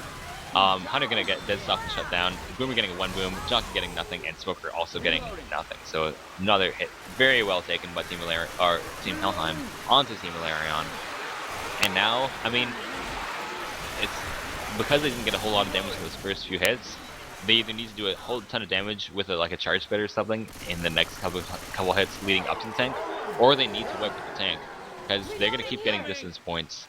And if they let them make the boat with health bonus, then that's going to be on top of the 500 that they already had, a huge amount of points to make up, which is not easy at all in this chapter. Well, they have a Smoker at the back pulling Hot into the spit, and a Jockey as well for the intercept. A great combination there from the SI. Wow. Great damage. Yeah, that's a huge amount of damage. No charger there either, and they were able to make a nice 2-cap in the spit happen, and just really that's the kind of damage that they need to be doing every single hit. And I think that, I mean, this next tank is going to be huge. They really need to do something big with it. Get a wipe, get, like, or at least all of their health bonus down. But even if they make them have no health bonus going into the boat, they need to make over 500 points in health bonus in order to make it up. Boomer coming in there, getting shut down, and this tank is up. Last tank of the game for Alerion, and it is up in the hands of Balcon himself, who pulled off that miracle wipe last chapter. So I'm really excited to see this tank. I really, really wish we had Worms right now. And we do have actually a pause coming up by Miro. I'm not sure if somebody crashed or if they're trying to strategize what's going to go on. But I mean, yeah, this tank is crucial, and this really will make or break the whole game. Because if they wipe with this, they will have more than enough opportunity to make the comeback. But if they don't, then it's going to rapidly close, and it could seal up the game. Well, Balcon did seal the wipe for Team Alerion in the map 4 tank, so I'm sure they'll be absolutely fine with him having this tank here. It's a crucial tank. Yeah, absolutely. This is definitely, this could be the game right here, one way or another, depending on how this tank goes. Because this tank usually doesn't wipe, but it usually does some kind of damage. It's hard to avoid any damage at all on this tank. But it's also really difficult to get the wipe. The tank is actually going to be right here. It will have a pretty much perfect support, but that charge is actually going to get cleared by Balcon. He's going to get a nice multi-punch up though. There was not quite the 2-cap landing. And now, yeah, Balcon is kind of alone now. There was good damage coming out onto Ellis there, but not quite what they needed. And I just alt-tab because of my touchpad on my laptop. Super taking a rock there from Balcon. Oh, it looked like the Charger had a fantastic opportunity for a triple charge to lining up, and he only caught one. I crashed, by the way. I just noticed. Yeah. But yeah, take it away. If that triple charge had landed, that could have been a wipe there. But there is a Smoker going up, and another charge with a double cap going on. And Nick is getting punched in the corner, and sorry, was it Coach who got it? And now Nick is being punched. Balcon's spraying love. Nick is down. And I couldn't get that last punch though. So Miro is incapacitated. Hot has already lost all his burn health. Super's got about just under 50% remaining. Bugwell's got a little bit. But Helheim survived the tank. And if it's anything like the original Hard Rain finale in Pro Mod, there should be only one tank, I believe, unless I'm mistaken. Yeah, there's only one tank. In fact, there's only one small wave of horde before the finale ends. So yeah, there's really not a whole lot left for the SI, and trying to join this game here, being a bit of a pain. There we go, and I am loading back in here. But from the sounds of it, not quite the wipe that Alerion needs, and I'm not sure how much bonus they have left, but it's probably too much. They've got quite a bit. Not a huge amount, but considering the lead they already had going into the finale, it's looking increasingly insurmountable for Alerion unless they have a super performance against Helheim's tank. Alright, yeah. Against a team like Helheim, any lead at all is too much of a lead, because it's so hard to make a comeback against a high caliber team like that. So I mean, Alerion really needs to get some kind of crazy big hits coming up here, or else it's gonna be looking like this game might be over. And I think the boat's just pulling up Dog now. We got a spit going on the Hunter on Alice, and a Spinner Pole actually getting quite a spread as well. Super is the only one with permanent health for the team. It is a triple boom. Obviously, there's a horde anyway, so the comments are going to be converging on them. But the bow's now pulled up. There are no spawns up at the moment. Balcon's got a charger, but it's not quite soon enough. And he gets just completely floored by the survivors at the front of the boat. Yeah, I'm actually having a lot of trouble loading into this game. And so, Helheim with 3,614 points. Oof. After that finale round for their survivor play. That's pretty brutal. Yeah, Alerion have got at least 1,300 points to make up on that. Yeah, with a max points for the whole chapter of 1,800, that means that they have to make an over 50, not just 500 bonus, but 50% bonus. They have to get 700 bonus on this chapter or so.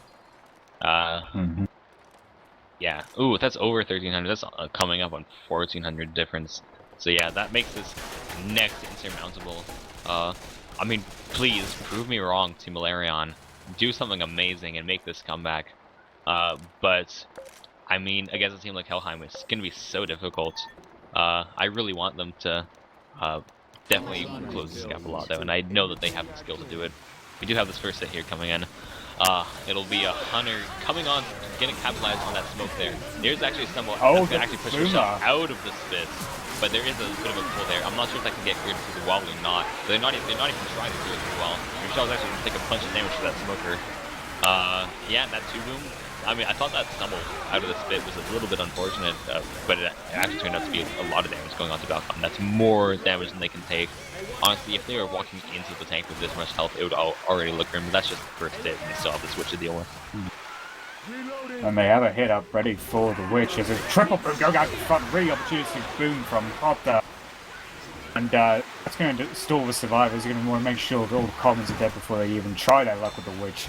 Hunter, Thuglife's Hunter pre-spawned just behind the Witch's position on the other side of that pickup truck. Jockey primed on the roof above the survivors' heads as well as a spitter. Yeah, that gave time for its smoker to come up again.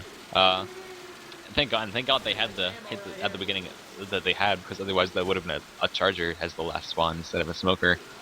And now, but with the smoke, they have a pretty good hit and a good chance of trying to stop this truck round, which did get triggered by Rochelle, who is Balcon. The hit is actually going in before the Witch is even close, actually. The Witch is now coming in right now. Actually going to land the pounce onto Balcon. That's going to be an in-cap onto Balcon. Wow, and that is rapidly looking... I mean, this isn't even pre-tank, this is pre-event. They haven't even started the finale. They have a full in-cap out, and if they lose 100... If they lose like 100 bonus at this time, throughout the rest of the entire chapter, and it's over. It's mathematically over. In fact, Vex getting punched there by a charger on top of that smoke, and, you know, now they can't even lose like 50 bonus. They have to play literally picture perfect if they're gonna make this comeback. Oh yeah. I mean, against a team like Helheim, I don't think there's any team in the entire world that is capable of playing picture perfect against Helheim for the entirety of a whole finale, especially one so difficult as this.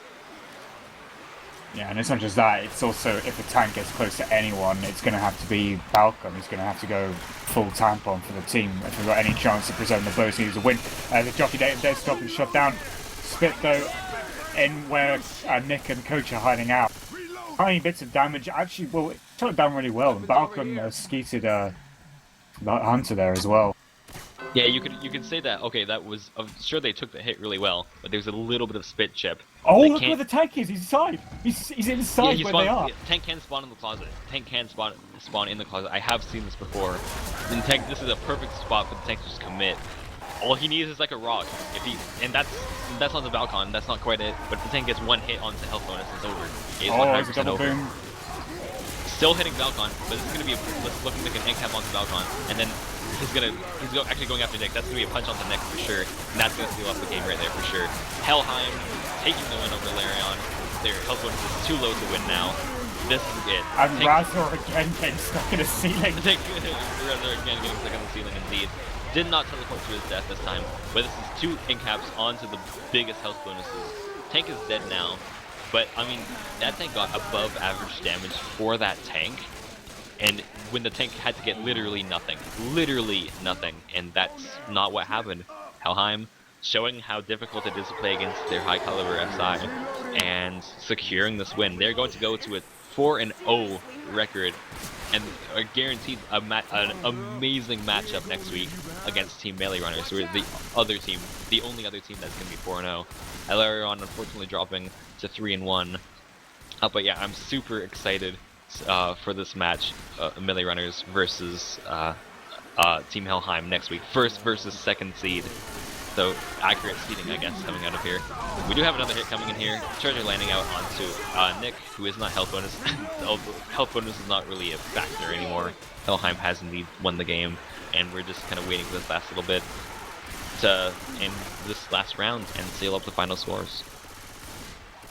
Yeah, absolutely. I mean, both teams played really, really well, but the biggest difference obviously came down in map 2, where their survivor play during tank wasn't up to point, and neither was their tank play. I mean, map 2 really was a deciding factor in this game. Yeah, and I mean, map 3 also putting out a lot of difference, more difference than it should have been, I guess. Map 3 was just the weirdest thing, and, you know, as much as it didn't have the biggest effect as it could have had on the final scores, it definitely was the chance for Alerion to come back, and it didn't quite happen. So, well done to Team Helheim. The GGs and the Easies coming out, and the final scores of this game we'll see once the health bonus updates. It's a pretty solid health bonus by Team Alerion, actually, with Dane having a huge chunk of health still. Final scores of this game: Team Helheim with a whopping 3,614 to Alerion's 3,222. So under 400 difference coming out of these two teams. So Alerion kept it really close the whole time, just couldn't seal up that last huge health bonus that they needed to secure the game. Yeah, so only a difference of 392 points in it as well. I mean, I had their performances been matching a little bit. It might have even been the map 2, that is, and probably would have been all decided at the finale, and maybe it could have been a different story with a different result. But you got to give props to Team Helheim. They were the more consistent side overall, and that consistency paid off, especially in map 2, where all the difference is made. Exactly.